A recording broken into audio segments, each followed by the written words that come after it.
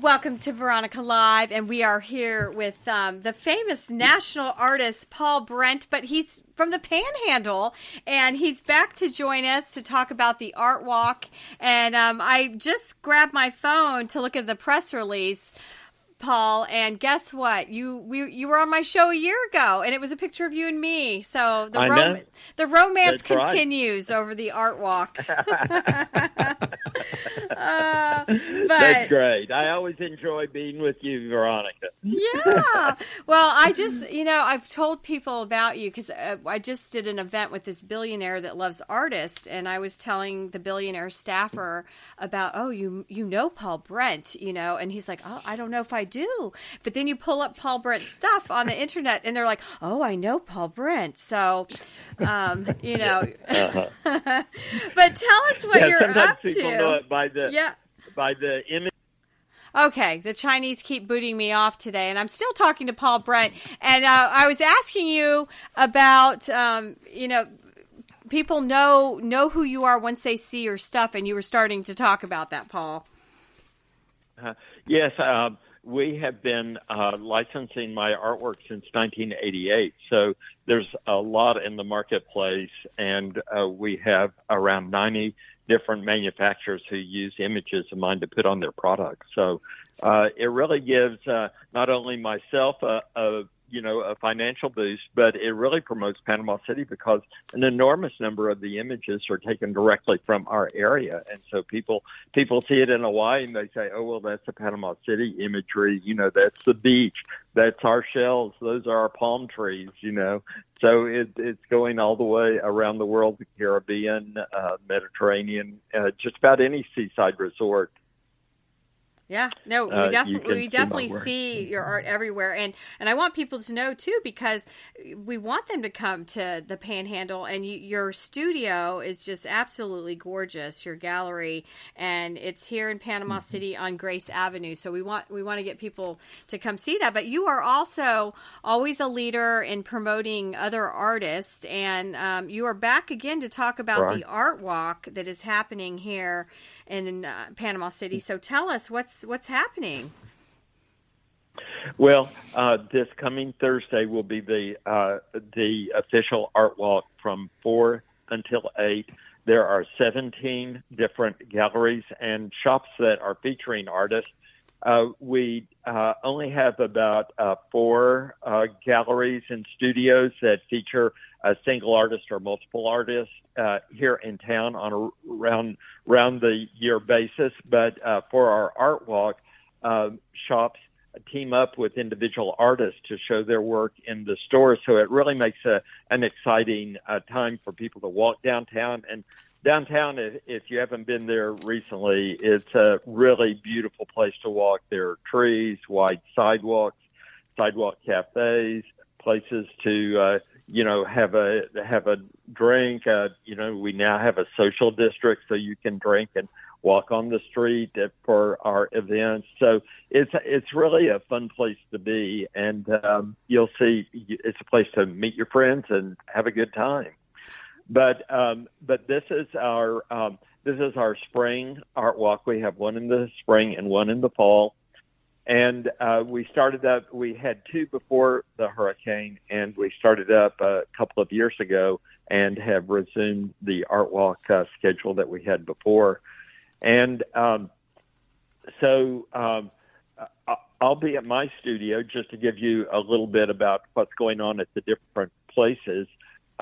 And I'll be demonstrating, as well as several of the other art venues will have artists who will be demonstrating, which is always fun. Oh, that's I'm going to be fun. painting oil. I'll be painting in oil, and I've got some palm trees that I've started that I'll be working on. And I'll also have I just finished a new hydrangea painting. and some new beachscapes. Some of the things people really know me for. And I just finished an American flag, which is really unusual, and I think people will enjoy seeing that. Well, and they can preview it on your Facebook page because it's all of that. The hydrangeas.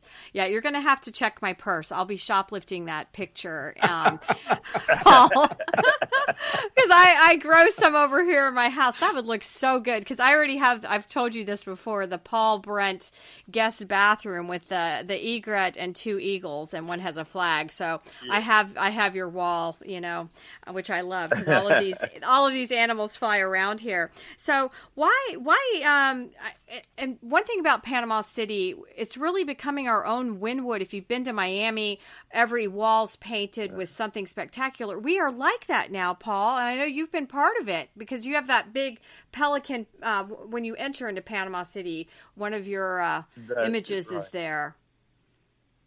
Right. That's called the Welcome Wall, but after the hurricane, the Center for the Arts, Bay Arts Alliance, and the city got together and said, let's put up some murals.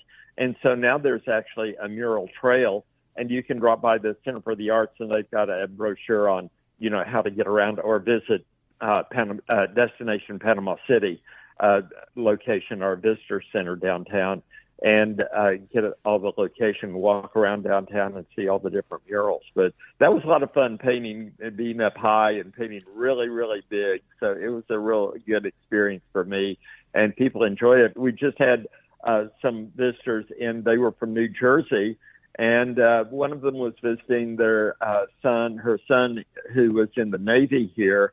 And she said, well, we were just walking around. We came to see all of the murals. And, who knew, Right. And she said, we saw your open sign, and so we came to see what's happening at your gallery. So, it's fun talking to people like that and finding out more about them and why they're here in Panama City. But Panama City attracts people from all over the country and all over the world. And is that the biggest mural you've ever painted? Is that Welcome one in Panama City?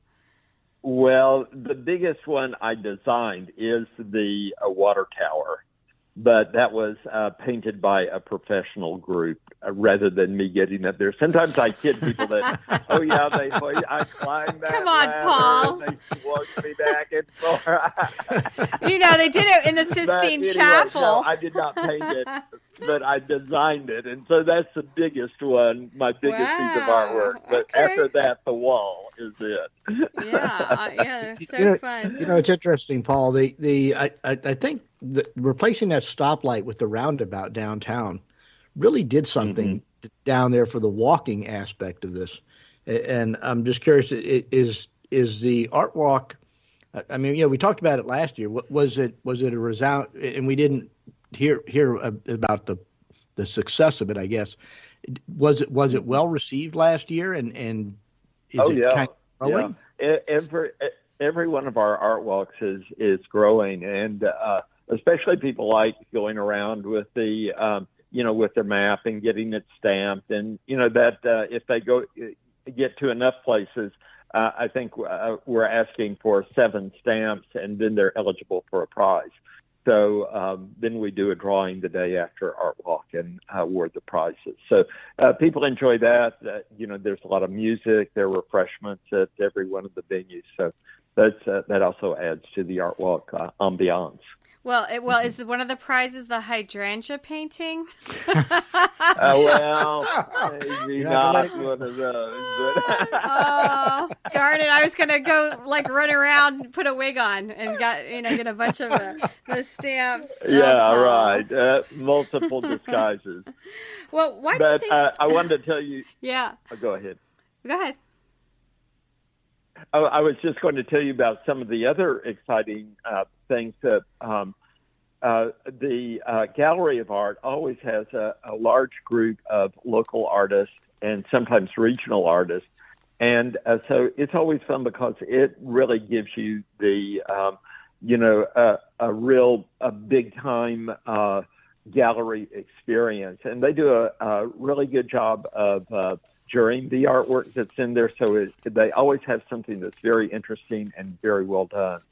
The Center of the Arts is hosting the 61st Bay Annual, And the Bay Annual is generally it's the showcase for established artists as well as up-and-coming artists. So, and most of the artwork will be for sale there. So sometimes you can get really good deals on people who are just starting out, who are really talented. They'll also be having a ceramic show by Nolan Windholz. And this is a guy who is a real professional in ceramics. Well, Nolan has been on our show, on our show, Paul. And he actually gave me a piece of his ceramic, and I have it in my house. So Nolan is very impressive. He is, and so he'll have a show at the Center for the Arts, and this will be a chance for somebody that, walk in and see the whole range of what he's doing right now. He's been in it for so many years, and we used to buy his work for our gallery, downtown before the hurricane. And so we know his work well, and he does raku and a lot of other, very, very interesting ceramic techniques. So I think that'll be interesting. There'll be glass blowing demonstrations at McLeod Glass.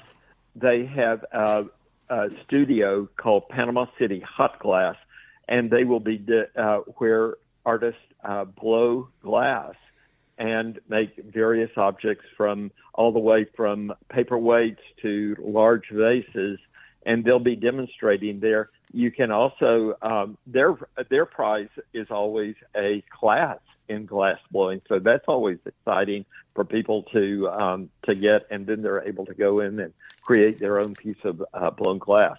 But that's at Harrison around 13th, and it's called Panama City Hot Glass is the studio.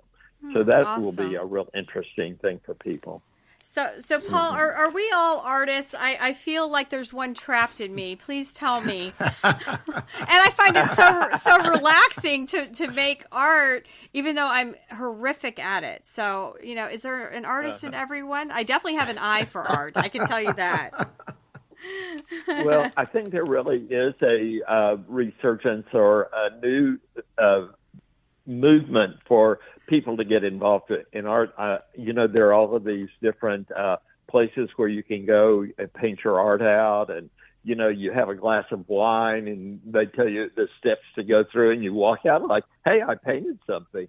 And but it does being involved in art, no matter what level if you're a raw beginner, and it's your first piece that you've ever done.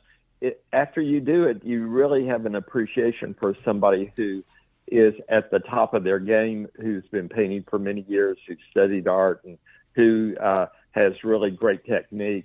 And you see what it is. And if you aspire to do more yourself, then you take classes and you move on up. I always say, practice makes perfect. So practice. Do adults get grades? Do you get F in the art class? I'm a Picasso wannabe. Well, we have a friend who actually has been doing some really good ceramics, and she said, "Oh, I saw that they're going to be moving here," and she said, "Oh, I saw that the Center for the Arts has this class." I said, "Yeah, those are generally beginner classes."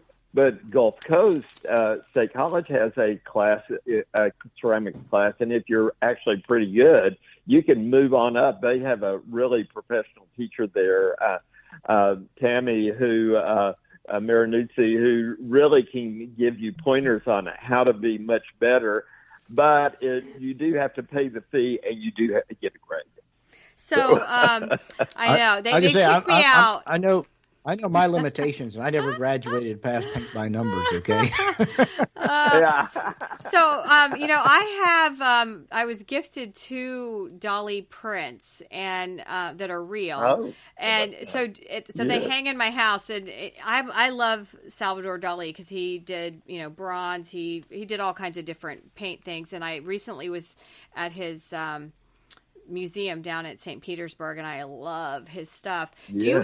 Do you have a favorite artist? Because Dali's so different. It's, if you look at it, you're like, oh, I didn't see that before. Right. I don't know. It sucks you into his art pieces, some of them. So do you have anyone that you love? Well, over my career, I've really, really appreciated and studied artists' work. I really started out looking at Winslow Homer, who is known for his watercolors. And that was when I was doing all watercolors. And I really appreciated that and thought, he was one of my favorite artists. And I sort of, we went out to the Southwest into Santa Fe and Taos and saw the work of George O'Keeffe. And I really love the way she does very close up and very far away. So I thought, that's, the perspective in your painting, you just don't paint it as you see it. You paint it in more of a magical, different way of putting things together, almost collage-like. Some things may be floating, some things may be not, but everything's pretty realistic if you know her work. So I sort of incorporated some of that in my artwork. And right now I've been really looking at the Impressionists and, once I got into oil and how they use color and how they use brush stroking. And each one of them, from Manet, who was one of the, on the early side, to Monet, who was, went into the he was still painting Impressionism in the 1930s. Yeah, well, and I've toured all of their things in Paris. Yes, and we went to Paris recently and went to the Musée d'Orsay that has all of the Impressionist work, and then went even to some of the sites where he had painted on the coast. And so that's been inspiring me recently. And not only have I been incorporating the way that color is used and the way that brush stroking is used, but I'm now, sort of blending some of those things from George O'Keeffe and Winslow Homer. And even John Singer Sargent is another favorite of mine, too, right now, of how he can just put a little brush stroke on and it indicates.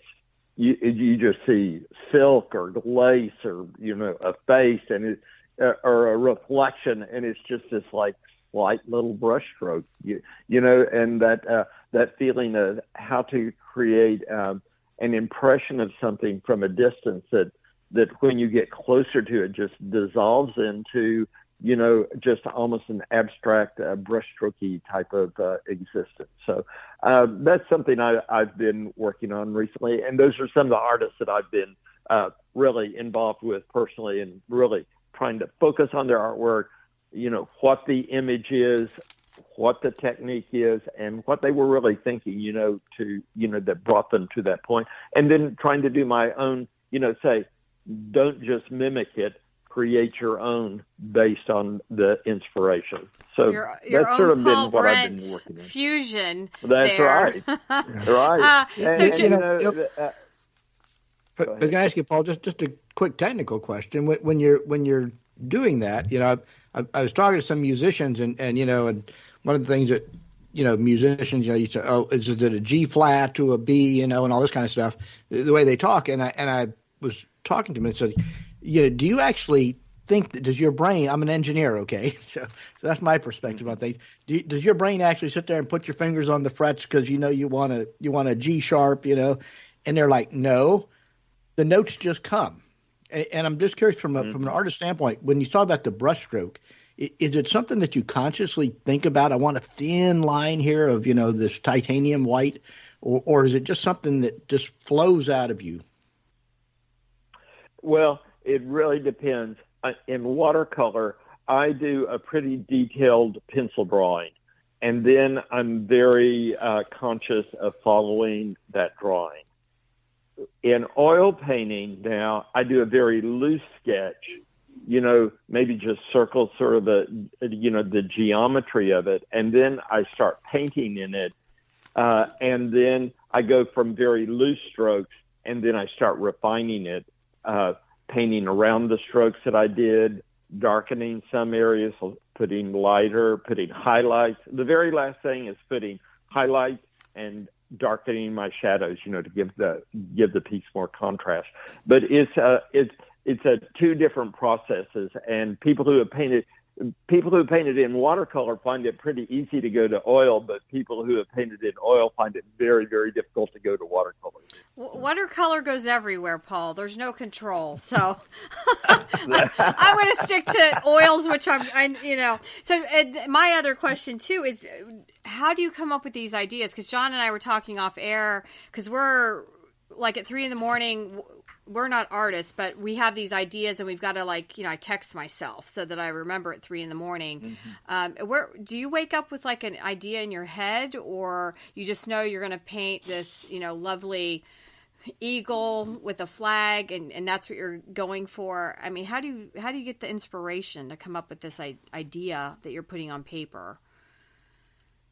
Well, I've been doing this for so long that, I try to build on my past and not get too far away from something that I've done before, but always what is a new twist on this? And sometimes I'll see something in another painting, oh, well, that color combination is interesting. Now, if I apply that to my subject matter, what might happen? I think that's an idea. But I do keep a list.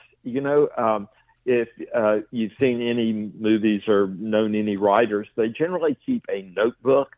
They're just always writing down little jotting things, something, that, the way the light falls on a bottle or, whatever. And then they'll incorporate all of those things into a scene or, into their novel or whatever they're going to be writing. Well, that's sort of how I do it, too. I jot down ideas, and I keep I photograph things, and then I'll go back through my photographs and I'll say, oh yeah, that's what let me see how that now will go. Recently I've been I had done some sunsets before, with all the brilliant colors, and I recently saw a sunset. If you don't look right at the sun, but sort of away, there are all these more muted tones. There's pink and peach and these dusty purples and blues.